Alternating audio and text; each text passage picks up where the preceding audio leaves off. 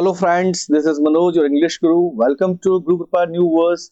And today we are going to start with the last part of our chapter, The Glimpses of India.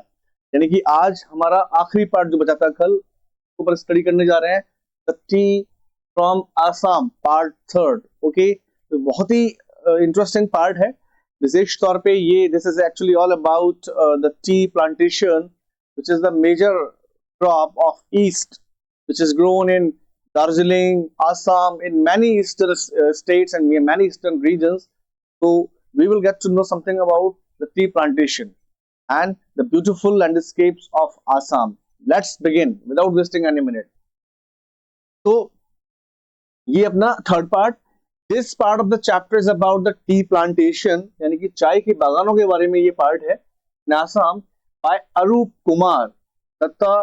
Okay, अरूप कुमार दत्ता ने इसको लिखा है. अब यहां से अपन चैप्टर स्टार्ट कर रहे हैं. तो चैप्टर का फर्स्ट पार्ट क्या है? Pranjal and Rajveer visit to Assam. यानी कि प्रांजल राजवीर दोनों क्लासमेट्स हैं, दोनों फ्रेंड्स हैं. अब ये छुट्टियों में कहा जा रहे हैं? आसाम जा रहे हैं. इनकी ट्रेन निकल चुकी है और ये आसाम की तरफ मूव कर रहे हैं. बीच में ये काफी कुछ डिस्कशन करेंगे जिसके बेसिस पे ये चैप्टर है. आगे बढ़ते हैं. Pranjal and Rajveer were classmates studying in the same school in Delhi. यानी कि कहां पढ़ रहे हैं? दिल्ली के स्कूल में पढ़ रहे हैं. क्लासमेट्स हैं. आई थिंक समर ब्रेक है. ये जा रहे हैं कहां पे? आसाम की तरफ. प्रांजल बिलोंग टू आसाम. तो यहाँ पे ये जो प्रांजल है ये आसाम से बिलोंग करता है. कहां से बिलोंग करता है? आसाम से बिलोंग करता है. Where his father was the manager of a tea garden. जहां पे इसके जो फादर है वो क्या करते हैं?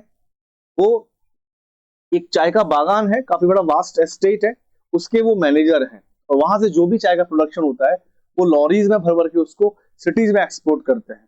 मतलब टी के प्रोसेसिंग के लिए, पैकेजिंग के लिए, डिस्ट्रीब्यूशन के लिए. He had invited Rajveer to visit his home during the summer. तो यहाँ पे उन्होंने राजवीर को इस बार इनवाइट किया है कि समर ब्रेक में जब प्रांजल अपने घर वापस जाएगा तो वो राजवीर को भी साथ में लेके जाएगा. तो both of them were travelling to Assam. तो दोनों ही कहाँ जा रहे हैं? आसाम जा रहे हैं ट्रेन में, by train. When the train had stopped. अच्छा, यहाँ पे स्टॉप, यहाँ पे एक वर्ड और यूज करते हैं हम स्टॉप के लिए, हॉल्ट. ट्रेन के लिए वैसे हम हॉल्ट यूज करते हैं, halt on the way at station. अब रास्ते में ट्रेन रुकती है और रास्ते में ट्रेन रुकेगी तो चाय के लिए ऑर्डर करेंगे, चाय पियेंगे और चाय से फिर चाय के किस्से शुरू हो जाएंगे. चाय की जो लीजेंडरी है, जो कहानियां वो स्टार्ट हो जाएंगी, इसके बारे में स्टार्ट करेंगे. They bought T from a vendor. इन्होंने एक वेंडर से चाय खरीदी and started sipping it. Sipping मतलब चुस्की लेकर के चाय को पीना, चाय को मजे से पीते हैं लोग. आगे क्या होता है? अच्छा, चैप्टर का अगला part, popularity of T and tea gardens. तो अब ये क्या करेंगे? चाय पीते हुए चाय के बारे में डिस्कशन करेंगे. चाय के पीछे की जो कहानियां हैं, वैसे कहते हैं कि चाय की शुरुआत पहले चाइना में हुई थी. ऐसी दुनिया में कई सारी चीजें हैं जिनकी शुरुआत चाइना में हुई है. जैसे कि नूडल्स है, चाइना से आया है. चाइनीज वेयर है, वो चाइना से आया है. पेपर की शुरुआत बहुत पहले चाइना से स्टार्ट हुई थी. प्रिंट कल्चर दुनिया में सबसे पहले चाइना से ही हुआ था, जो वुड ब्लॉक से करते थे. इसके अलावा चाय की शुरुआत भी चाइना से ही हुई है. दुनिया में तमाम तरह की ऐसी चीजें हैं जिनकी शुरुआत कहाँ से हुई है? चाइना से मानी जाती है और दुनिया में फैली है. और हमारे देश में तो वैसे भी जब ये चाय ब्रिटेन पहुंची चाइना से, तो ब्रिटिशर्स के द्वारा इंडिया में लाई गई. और आज से 200 years back from now Britishers made Indians drinking tea. यानी कि हमें लत लगा दी उन्होंने. While sipping T, Rajveer told Pranjal that over 80 crore cups of T drunk every day. यानी कि ये कहा जाता है 80 करोड़ कप्स ऑफ टी, यानी कि 80 करोड़ चाय के कप्स पूरी दुनिया में एक दिन में पिए जाते हैं around the world. It is दस अ वेरी पॉपुलर ड्रिंक. तो आज हम किसी को ग्रीट करते हैं, किसी का वेलकम करते हैं, तो सबसे कॉमन बेवरेज क्या है? टी है. हम टी से ही सबका स्वागत करते हैं. बहुत कॉमन बेवरेज बन चुका है. As the train started moving up, जब इनकी ट्रेन स्टार्ट होती है, फिर से चलने लगती है, Rajveer looked out of the window. तो राजवीर ने बाहर देखा. अब ये आसाम स्टेट में घुस रहे हैं, आसाम इनकी ट्रेन एंटर कर रही है. तो आसाम में जो ये नजारे देखेंगे, जो साइट सीइंग करेंगे, जो लैंडस्केप्स जिनको राजवीर को जो दिख रहे हैं, he will be pulled upon them. He will be very astonished upon the natural scenic beauty of Assam. He was amazed to see the beautiful scenery of greenery outside, यानी कि जो वहां पे ग्रीनरी है, lush green, I mean plantation areas, तो वो इसको दिख रहा है, बड़ा अच्छा लग रहा है इसको। सॉफ्ट राइस फील्ड्स, चावल के भी यहाँ पे खेत है, gave way to tea bushes, और उन्हीं में से चाय के बागानों का रास्ता जा रहा है।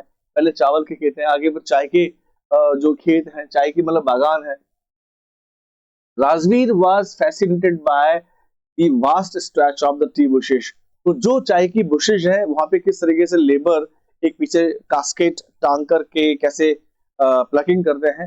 वैसे भी कहते हैं कि चाय का जो काम होता है ये बड़ा ही लेबर इंटेंसिव, बहुत ही लेबोरियस टास्क होता है, हर कोई इसमें काम नहीं करता। ये लेबर इंटेंसिव क्यों होता है?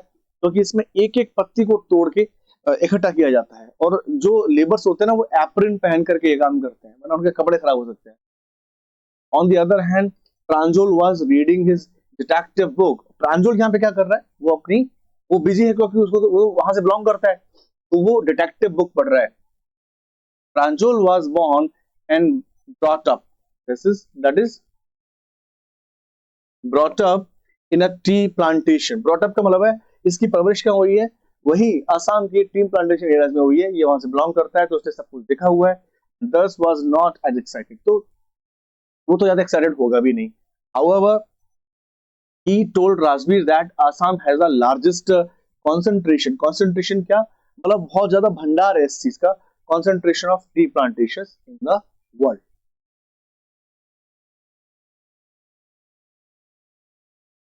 अगला part, Rajveer knowledge of T. अब देखो राजवीर वहां से बिलोंग नहीं करता है, लेकिन राजवीर को एक्चुअल में चाय के बारे में बड़ी नॉलेज है, बड़ी अच्छी अच्छी खबरें हैं इसको।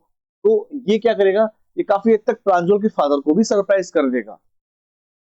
Rajveer told Pranjal that there are many legends. Legends मतलब मशहूर कहानियां, फेमस कहानियां हैं, stories about this discovery of tea, की चाय की खोज एक्चुअल में कैसे हुई। अकॉर्डिंग टू अ लीजेंड, एक कहानी के मुताबिक चाइनीज एम्परर, एक चाइनीज राजा था, सम्राट था, डिस्कवर्ड टी, तो उसने क्या किया, चाय की खोज की। कैसे की? When he was boiling water for drinking, पानी पीने के लिए पानी गर्म कर रहा था।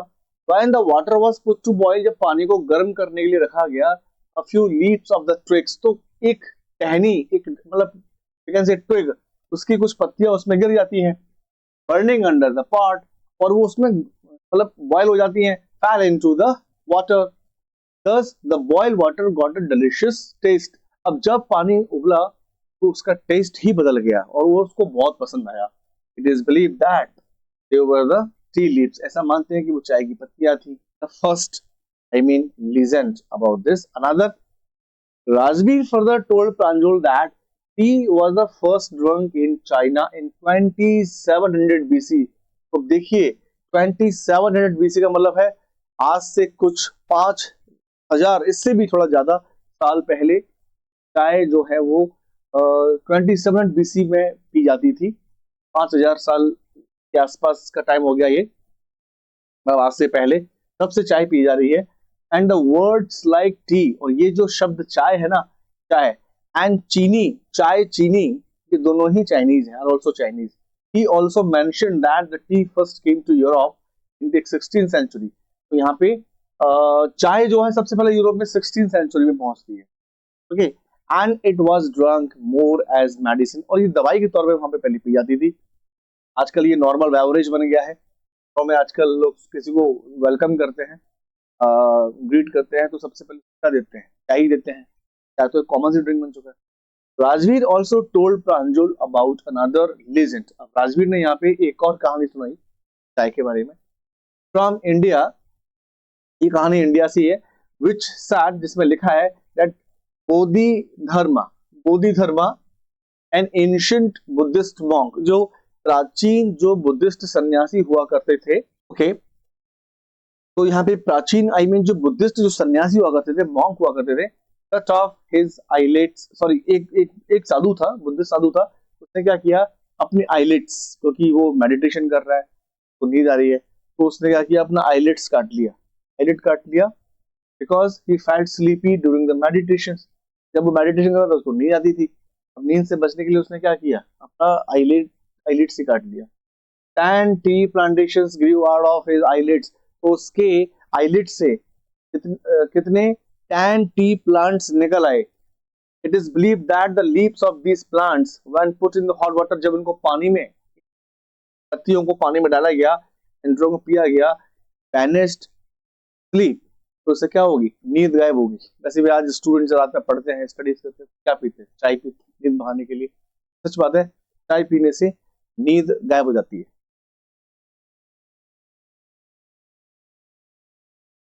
अब इनकी ट्रेन कहाँ पहुंचती है, अब इनकी ट्रेन पहुंचेगी देखियाबारी। देखियाबारी में पहुंचते ही प्रांजोल के फादर इन दोनों को पिक करने आते हैं। Rajbir and Pranjol reached Mariani Junction where Pranjol's parents received them. Pranjol के पेरेंट्स आ गए उन दोनों को रिसीव करने के लिए इन कार।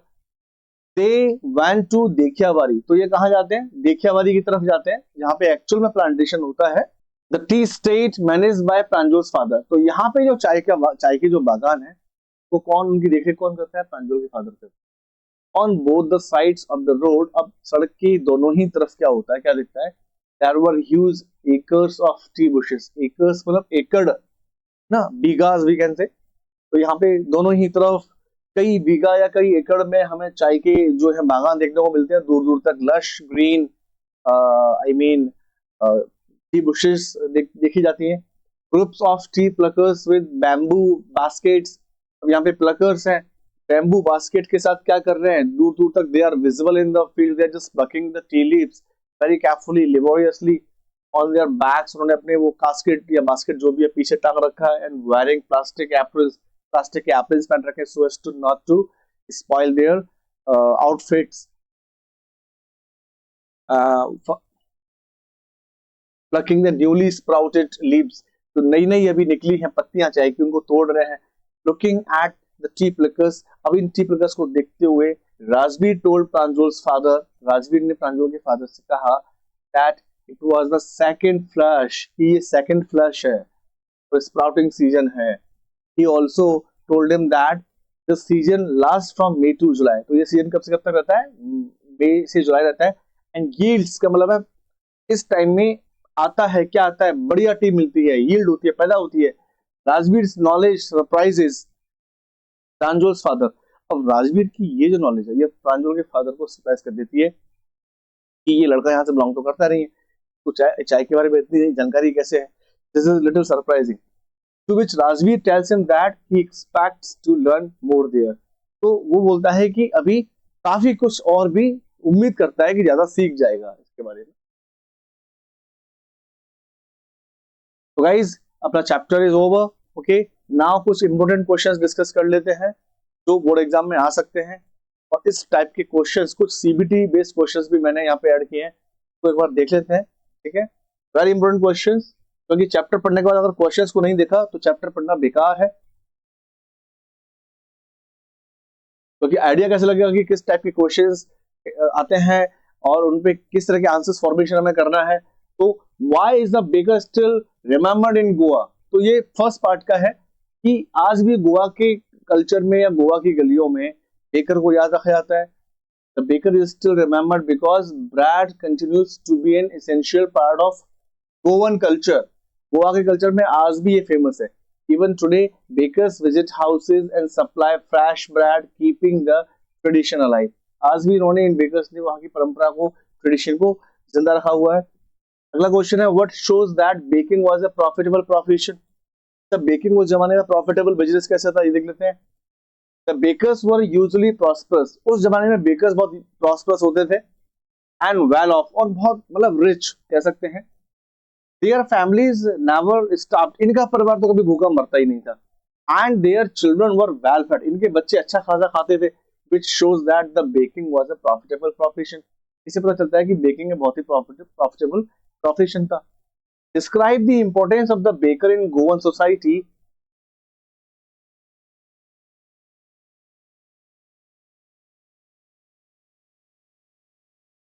सॉरी, ये अगला क्वेश्चन आ गया यहाँ से।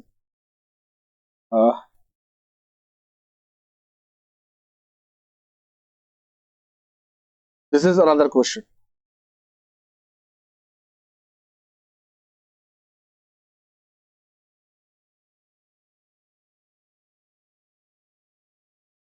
यहां से दूसरा क्वेश्चन स्टार्ट होता है। Describe the importance of baker in Goan society, baker from Goa. ये आंसर यहाँ तक ही था। ये दूसरा क्वेश्चन आ गया, describe the importance of the baker in Goan society. तो ये वही क्वेश्चन हो गया एक तरीके से। ये और ये क्वेश्चन काफी हद तक सेम है। The baker played a very important role in Goan society. Bread was an essential part of daily meals as well as special occasions like marriages, festivals, and feasts. Bakers, known as padders, bakers को यहाँ पे padders बोला जाता है, announced their arrival by banging bamboo. जब ये अपने bamboo को bang करते थे, जमीन में मारते थे, तो पता चलता था कि ये लोग आ चुके हैं। Sticks, I mean bamboo sticks. They wore a traditional dress. जो ये कपड़ा पहनते थे उसको बन कबई बोलते हैं, कबई। Baking was a profitable profession and bakers were respected and well off, यानी कि ये काफी रिस्पेक्ट इनको मिलता था, काफी ये पैसे वाले भी थे, वेल ऑफ भी थे। Even today the tradition of baking continues in Goa, आज भी ये कल्चर वहां पे अलाइव है, showing the deep cultural importance of the baker. तो ये एक इंपॉर्टेंट क्वेश्चन है। आगे बढ़ते हैं, वो सीबीटी बेस्ड क्वेश्चन आएंगे। How does the author show that bread is an important part of Goan culture? ये क्वेश्चन फिर से रिपीट हो रहा है। थोड़ा मतलब दूसरे तरीके से आया है। The author shows that bread is deeply rooted in Goan culture. Bread is necessary for all important occasions such as weddings, Christmas, and other festivals. Special bread like bolinas and balls and cakes are prepared for celebrations. No party is complete without bread. Even today, bakers continue their traditional work to proving that bread remains an inseparable part of Goan life. Next question is, what does the author say about the people and culture of Coorg? अब कूर्ग के बारे में क्या मान्यता है, यहाँ पे author क्या बताता है कूर्ग के बारे में। The people of Coorg are known for their bravery and hospitality. एक तो अपनी ब्रेवरी के लिए, दूसरा हॉस्पिटल के लिए जाने जाते हैं। Many Coorgi man serve in Indian army, कई लोग तो इंडियन आर्मी में काम करते हैं, बहुत ही डेकोरेटेड रेजिमेंट है इनका। And they are allowed to carry firearms, आज भी ये गन्स वंस रख सकते हैं घर पे without a license. Is believe that they are of Greek Arab descent, Greek या अरब से निकले हुए हैं ये। They are independent, courageous and proud of their traditions, अपनी परंपराओं पे गर्व करते हैं। Their culture reflects discipline, courage and respect for nature. अगला question, describe the journey through Assam and the beauty of its tea, यानी कि यहाँ पे आसाम की यात्रा और ब्यूटी ऑफ टी की बात कर लेते हैं। क्वेश्चन यहाँ से आया हुआ है लास्ट पार्ट से। The journey through Assam is describe as extremely beautiful and refreshing, मतलब माइंड फ्रेश करने वाली होती है। Vast stretches of tea gardens spread over the hills, पहाड़ियों पे दूर दूर तक चाय के बागान फैले हुए हैं। Can be seen from the train, जो ट्रेन से विजिबल है। Tea bushes are neatly pruned and, मतलब उनको जिस तरीके से रखा जाता है, काटा जाता है, जैसे घास को काटते हैं हम लोग, तो बड़ा सुंदर सा दिख रहा है देखने में। And tea pluckers work tirelessly in the fields. The sight of endless tea plantations creates a magical view. The journey helps the author understand why Assam is famous for tea. How does the chapter glimpses of India reflect India's diversity? ये बहुत important question है, it's very important question कि glimpses of India जो chapter है वो भारत की एक तरीके से डाइवर्सिटी को कैसे रिफ्लेक्ट करता है। The chapter reflects India's diversity through 3 different regions. Goa represents its rich bread making tradition. Coorg shows natural beauty and bravery, and Assam highlights tea plantations and culture. Each part presents a unique lifestyle, tradition, and geography. Together, they show the unity and diversity that defines India. तो CBT based questions भी हैं। Why is tea considered more than just a beverage in India? Very important question. Tea is considered more than just a beverage. ये 3 number का question आएगा because it is a part of everyday life in India. People from all sections of society drink tea. It is enjoyed at home, offices, roadside stalls. Tea brings people together and is associated with relaxation. चाय किससे जुड़ी हुई है? खून से। And conversation, बातचीत से। Its popularity and cultural significance make it more than just a drink. कुछ CBT competency based questions भी हैं। Baking was a profitable profession in Goa. What values can today's youth, आज का युवा क्या values से लेता है from the traditional bakers? अब देखते हैं। The traditional bakers teach values like dedication to work, यानी कि काम के प्रति डेडिकेशन होना चाहिए इंसान का, respect for tradition and consistency होनी चाहिए। They show that honest work ensures a stable livelihood. Youth can learn that preserving skills, किसी स्किल्स को बनाए रखना, and hard work lead to success. Coorg is rich in forest and wildlife, why is it important to preserve such regions? एक second guys, ये question यहां से अलग है, ये दूसरा क्वेश्चन आ गया, ये कुछ टेक्निकल प्रॉब्लम्स की वजह से इसमें मर्ज हो गया है। Coorg is rich in forest and wildlife, why it is important to preserve. अब इसका आंसर यहां से स्टार्ट हो रहा है, ये क्वेश्चन है। Preserving regions like Coorg helps maintain ecological balance and protect wildlife. Forest regulate climate, जंगल वहां के क्लाइमेट को रेगुलेट करते हैं, और बायोडाइवर्सिटी, वहां की बायोडाइवर्सिटी को सपोर्ट करते हैं। Conservation ensures sustainable tourism and benefits future generations.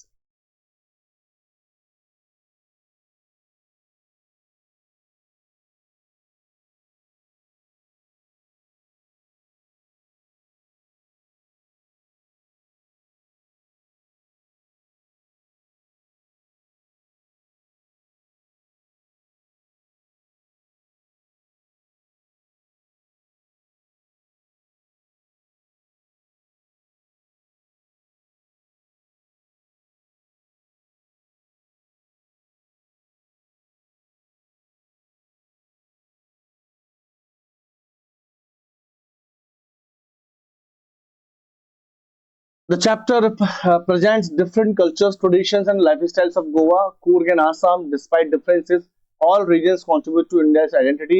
This promotes respect, unity, and national integration. Actually, में चैप्टर की थीम थी, ये बाई मिस्टेक यहाँ पे आ गई है। चैप्टर आपका खत्म हुआ, ये कुछ क्वेश्चंस थे, इसके अलावा कुछ और कॉम्पिटेंसी बेस्ड क्वेश्चंस पे आपको काम करना है, क्योंकि स्टोरी आती है, क्वेश्चंस पे काम नहीं किया तो सोफिस्टिकेशन नहीं आएगा।